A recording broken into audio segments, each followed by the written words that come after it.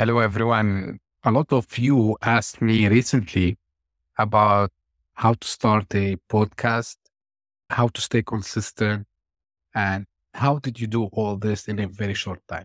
So I thought I would record a very short video to just walk you through how I did it, how I came up with the idea, how I started the whole thing, and I will tell you a little bit more how I tried to take it to the next level because for me, the podcast is literally bootstrapped. So bootstrap means I'm building it in public. So I started small and I'm trying to take it to the next level. So I will walk you through.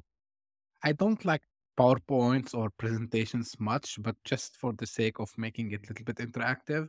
And meanwhile, I will be mentioning some tools names, which all of them will be in the description of this video. So bear with me. I will not take much of your time. It's more simple than you think starting a podcast. But first, let's get started. So, the thing I want to mention, it's not only about to start your podcast. It's also about staying consistent. This is very, very important. And I will come to this. But first, let's start in the first place to talk why to start podcasting. Starting a podcast, as you know, it's a very good way, first, to share your passion and expertise with the world. You have passion for maybe writing, maybe you have a passion for cooking, maybe you have a passion for tech, like I have. Maybe you like to talk about, I don't know, traveling. So, in addition to writing, in addition to blogging, podcasting is a very good way to reach more audience because hundreds of millions of people listens to podcasts. And although they have been here for a long time, but the podcasting is ever evolving. The audience is growing at a very high rate. So starting a podcast now is a right decision. I can tell you from my own experience. Now, some people think, oh, but it's a very complex task. How we can do this? I can just tell you, all you need is a good quality microphone and a topic you are passionate about. Of course, there are some details, but don't worry. I will try as much as possible to simplify that for you. But before this, let's look at what are the benefits of podcasting. So, first of all, you can establish your own credibility and thought leadership. If you've been someone who always talk, for example, and I'm just taking this from the field I understand the most, the tech, you always talk about AI, machine learning, and you are very passionate about this topic and you keep researching, you keep trying to get information about that and you share it with the world and you need to reach more people to educate them. So this is where podcasting come into the picture. For me, I always talk about tech, I talk about startups, entrepreneurship, I talk about emerging tech. So this is my passion and this is why I thought I want to establish credibility and my thought leadership around emerging tech, startup world and entrepreneurship. The good thing is, once you start podcasting, you will see the benefits immediately because, as I said, it's a very good way to reach more audience, and the audience size is growing day after day. So, you would find yourself engaging with your audience. You start to build your community and you start to be able to reach more people. You would start to reach even other thought leaders in your domain. And it's really a very good way to network as well. For me personally, in the past 3 months, I've been very lucky to meet a lot of people because of the podcast. My network grew exponentially, I can tell you this, and it affected my personal life, it affected also my business life because the more you talk to people and the more people you know, you will get a lot of knowledge, and knowledge is something very important. The other good thing with podcasting, it's a low startup cost and you can reach global audience. Imagine I record here in Dubai, and in the statistics, when I see where people are listening from, I say, wow, I have people in the United States, in the UK, in Argentina, in a lot of places. And my podcast today, after 3 months, it's been, you know, played in more than 100 countries, which is something really cool, right? Because you are just recording this 10, 15, 20, whatever minutes. And then once you put it online, it stays there. So it's a content that is forever green, I would say, because once you publish it there, it stays there. It can be played at any time. This is what makes podcast, I think, very great. Now, before to go into, okay, I want to start. But first, you need to identify your niche. And identifying your niche means you need to find what I'm going to speak about. We discussed this. You need to be passionate about the topic you want to discuss. So, probably if you are someone into design, for example, so which design you want to speak about? Is it like um, game design? Is it like graphic design? You have to choose your niche and then you need to decide who is your target audience. This will help you also because when you start a podcast, of course, anyone can listen to it, but it's better to have a set of audience in mind because these are the ones who would become later on your loyal audience. Let me give you an example from myself. So I call my podcast the CTO Show with Mehmet. And CTO is Chief Technology Officer.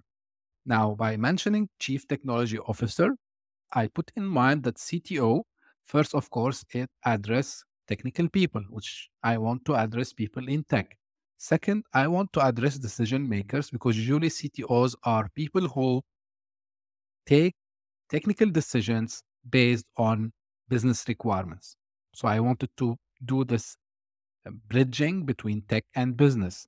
At the same time, CTO is a word used a lot in startup world and in entrepreneurship because usually you need to come up with a technical product or maybe a website, maybe it's an app, and you need some technical background. So this is another place I wanted to talk to people about. And I wanted to talk about entrepreneurship. And again, the word CTO, it's tied as well with entrepreneurship. So for me, the main theme is bridging tech with business.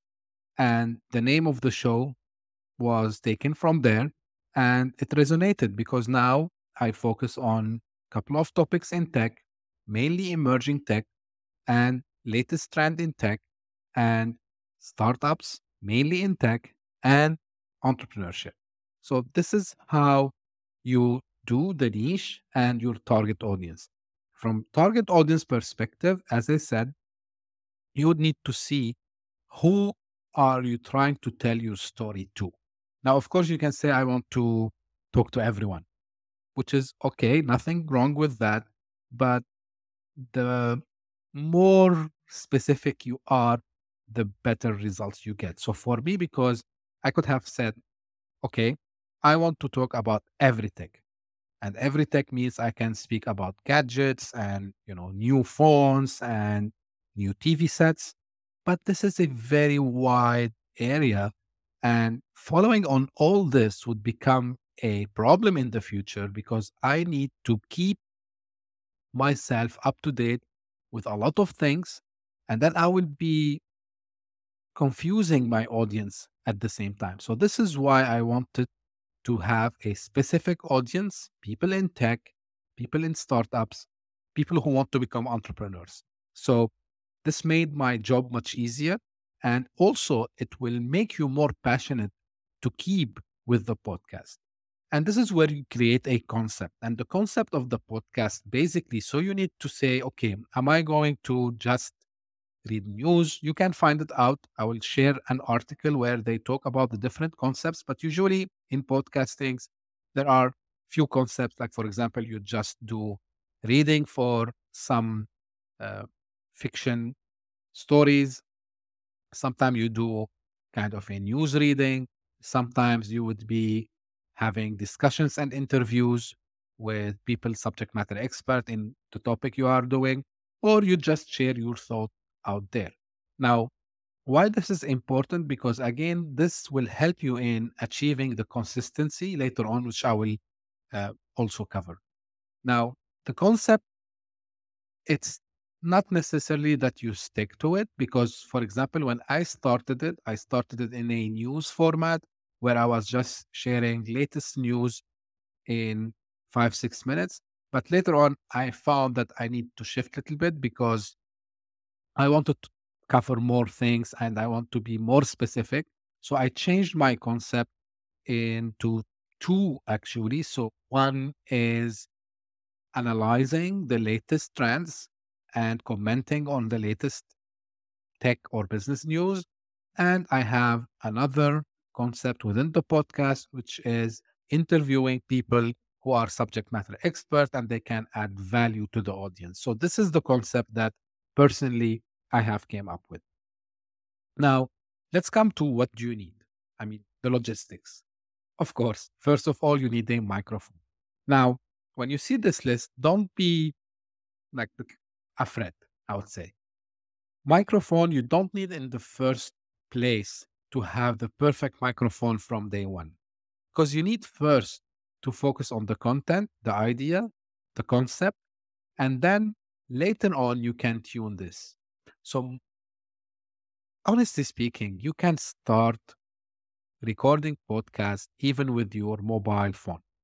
But of course, what I advise is to have a like beginner microphone. So for me, first I started with a normal USB mic with a noise cancellation, but later on I upgraded myself to the Blue Yeti. And of course, I can even go to higher end microphone, and this is another step. So you need a mic, of course. You need the microphone and you need a laptop for starting, definitely. So for recording, you need a recording. And you see me here, I put recording slash editing software, because recording is one part and editing comes after you record. Now, if you are a Windows user, Audacity is a good software to record. You can edit. Now, editing, it's a little bit tricky because you need to keep repeating the recording and then remove the part that maybe you didn't like your voice and then re-record again, or maybe you think that this part of the recording is not necessarily going to be published. So you can use something like Audacity. If you are a Mac user, like, you can use the GarageBand. Excellent applications for recording. They have a lot of also filters that you can play with. Excellent. Now, for me, this is how I started. So I started just by using GarageBand. So the first couple of episodes, this is how I did it. But later on, and for editing purposes, I wanted to make the life a little bit simpler. And this is why I discovered Descript. And Descript is one of the famous tools for podcasters, because Descript first allows you to record within their software, and then they will do a transcription. So whatever you record, it will be actually written in front of you, which is really cool. And then this makes the editing much, much easier, because first of all, you exactly know where you did a mistake. You can discover, for example, if maybe you have went quiet for 10 seconds and you don't want the listeners to stay 10 seconds. So you can shorten this. It can also remove the gap words, like now sometimes, honestly, when I'm recording by myself, I remove the gap words. But when I do a recording with a guest, I want the audience to feel that, you know, it's really something which was not, it was spontaneous, in another word. So this is what I would do.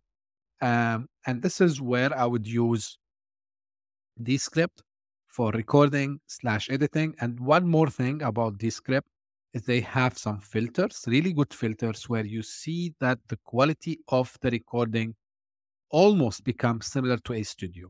So this is your second thing that you need. Descript, they have a free version, by the way. I'm gonna put the link to all the tools later on. And I really enjoy using Descript because it makes the life really, really easy. Now, after that, and I will be jumping here. Now you see camera, video podcast, and video recording software. Now, for this part, if you decide to go with an interview format or video podcasting, this is where you would need, of course, a camera. Now, let me be frank with you. Of course, I can tell you go and buy the best DSLR camera out there, or bring the best cam recorder out there. You don't have to do this when you start. You can start with the webcam built in your laptop, or you can invest in a quite beginner webcam. Anything which is like HD quality would be fine. For me, when I started to record interviews, I was using the built-in cam in my MacBook, and this is how I started. And then I discovered that actually I have a better quality camera, which is the iPhone, actually. So for me, the iPhone is the best cam ever when it comes to recording, and I advise you to use it. Now, of course, one of the upgrades that I'm planning to do later is to have a proper dedicated camera for recording video podcasts. And the video recording, again, you don't have to pay money. You can literally start with something like Zoom or Microsoft Teams. The quality would be okay, but on the long run, you need to have something that you can do post production on it. And here, where I decided to invest in StreamYard. And StreamYard, by the way, it was not intended to have or to be used for podcast recording. It was for live streaming. But with the time, people discovered that we can actually record the episodes, and then we can later on download them in a MP4 format, and then we can edit that. And this is what I'm doing now. The beauty of having a platform like StreamYard, first of all, the quality would be better.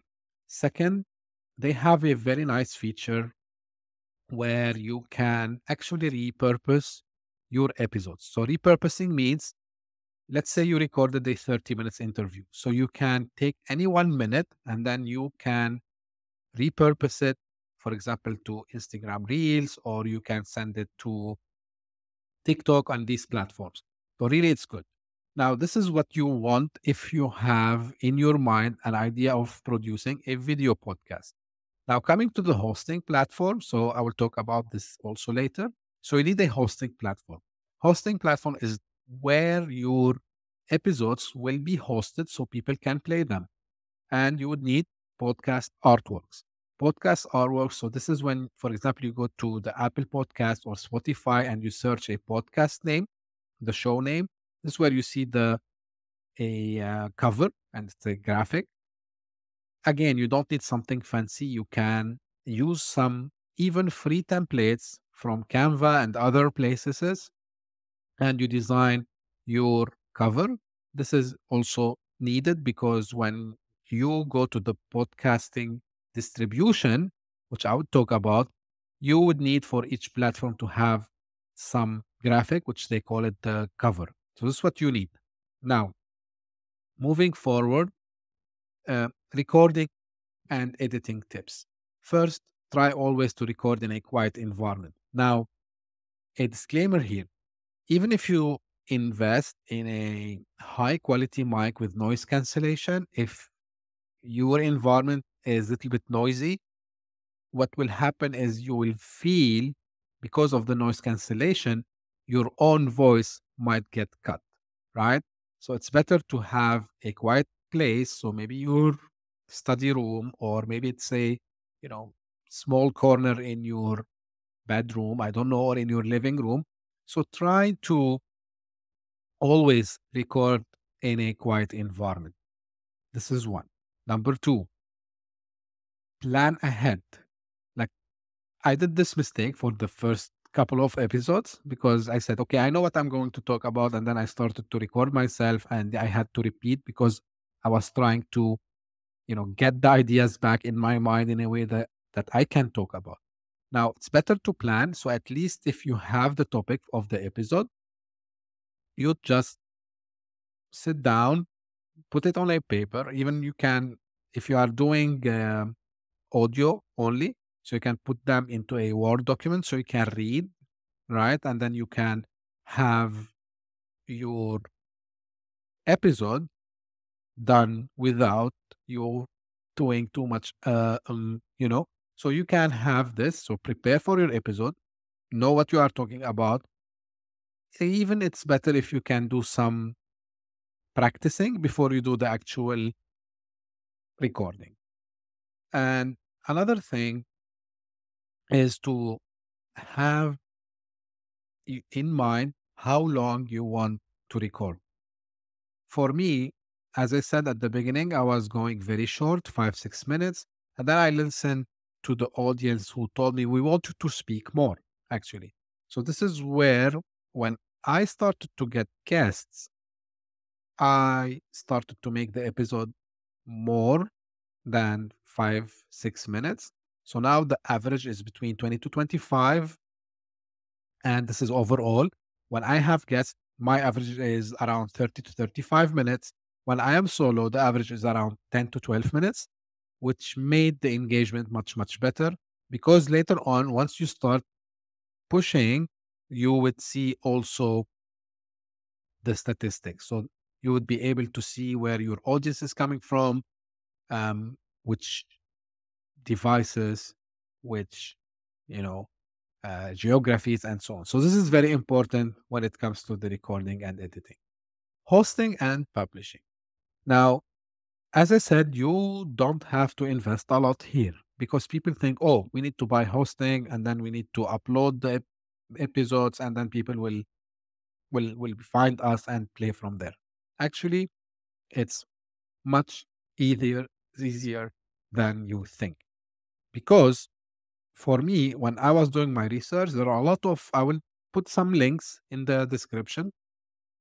What I discovered that you need to pay, I think the cheapest one start around $10, $12 per month.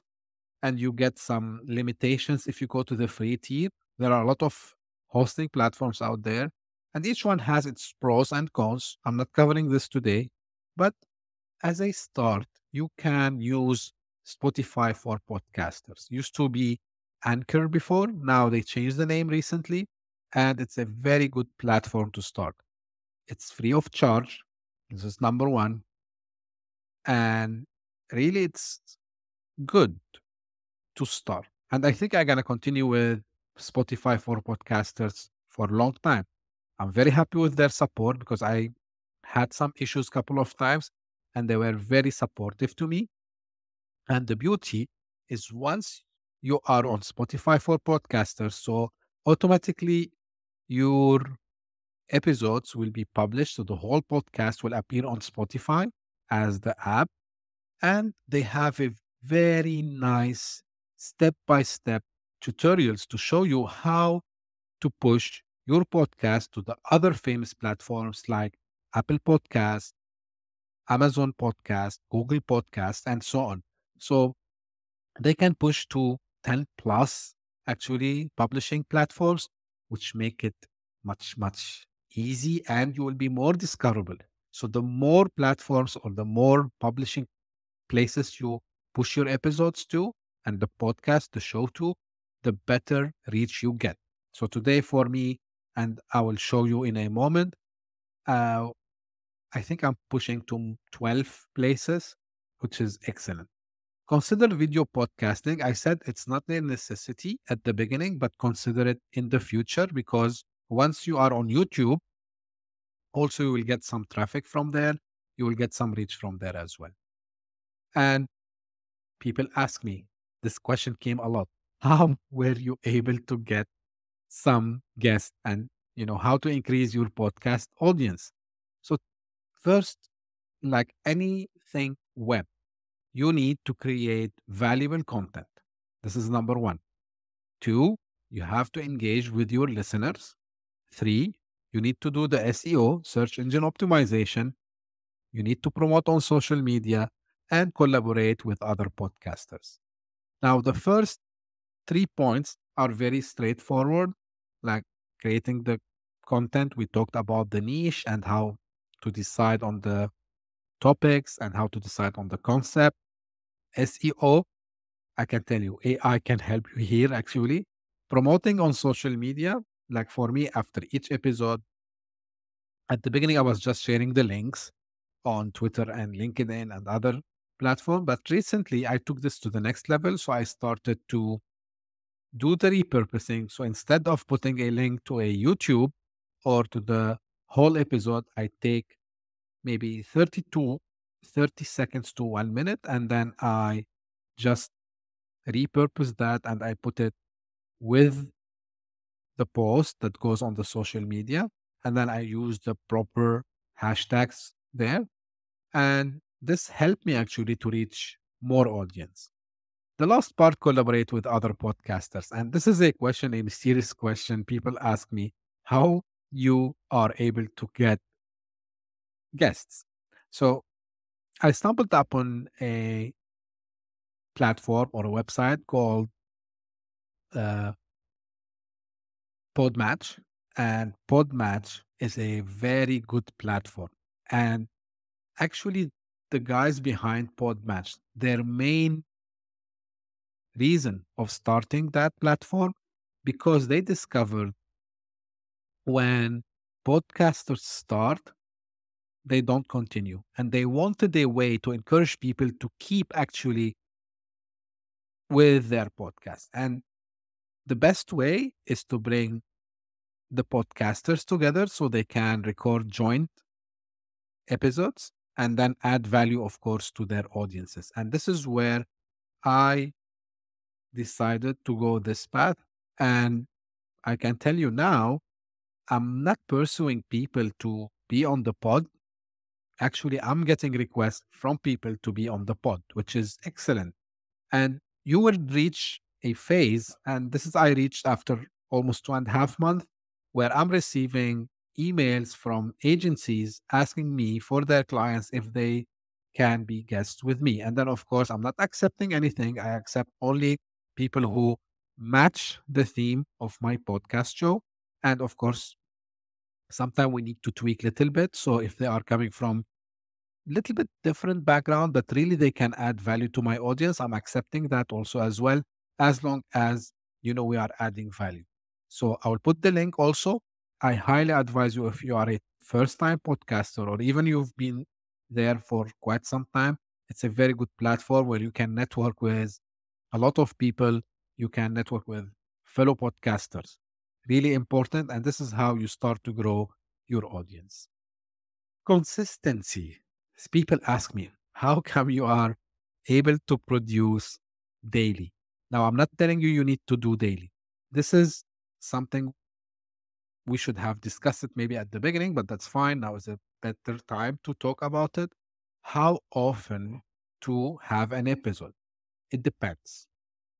It depends on your concept, depends on your topic. Some topics you cannot come out with something every day. It would be very hard. So this is where maybe you would go with couple of days per week, 2 to 3, and even sometimes once a week. I even know some podcasts that they do one episode per month. Why? Because they need to prepare a lot. They need to cover too many topics in one episode.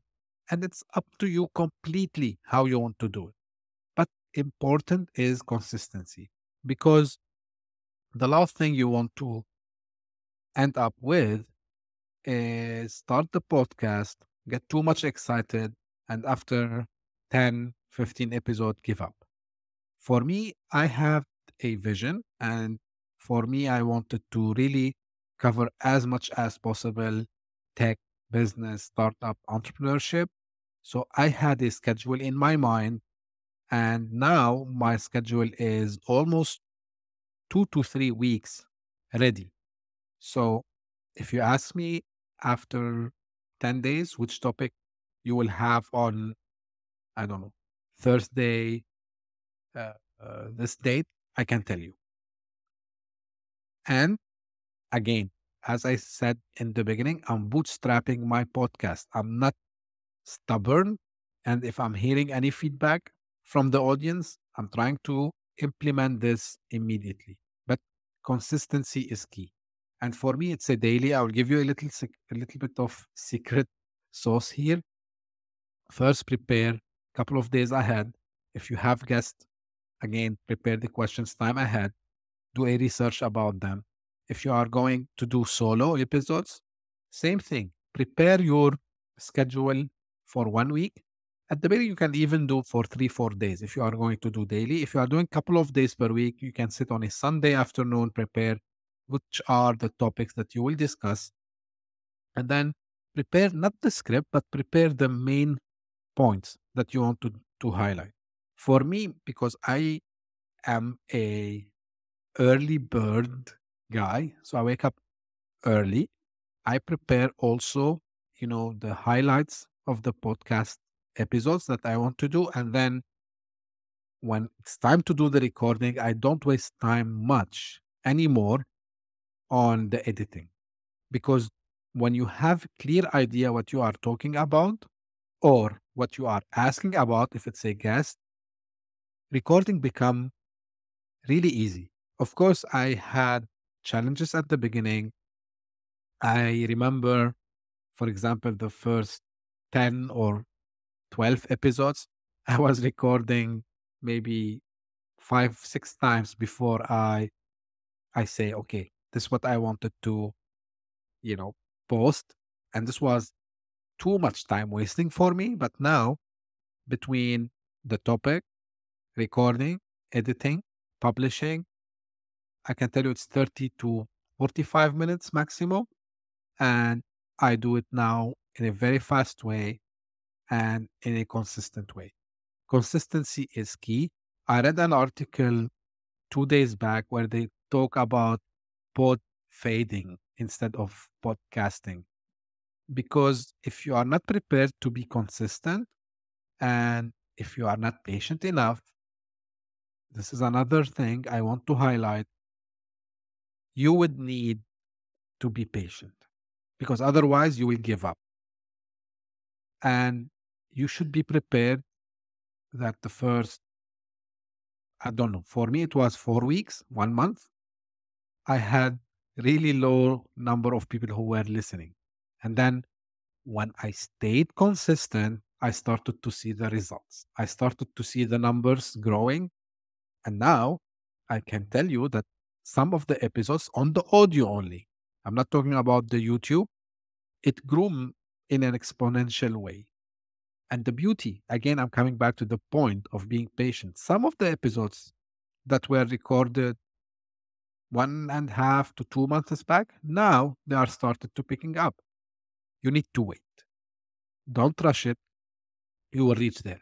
And at the end of the day, and this is something before we come to the end, what I want to tell you is don't think about it only from, okay, I want to become famous. I want to have more connections. Don't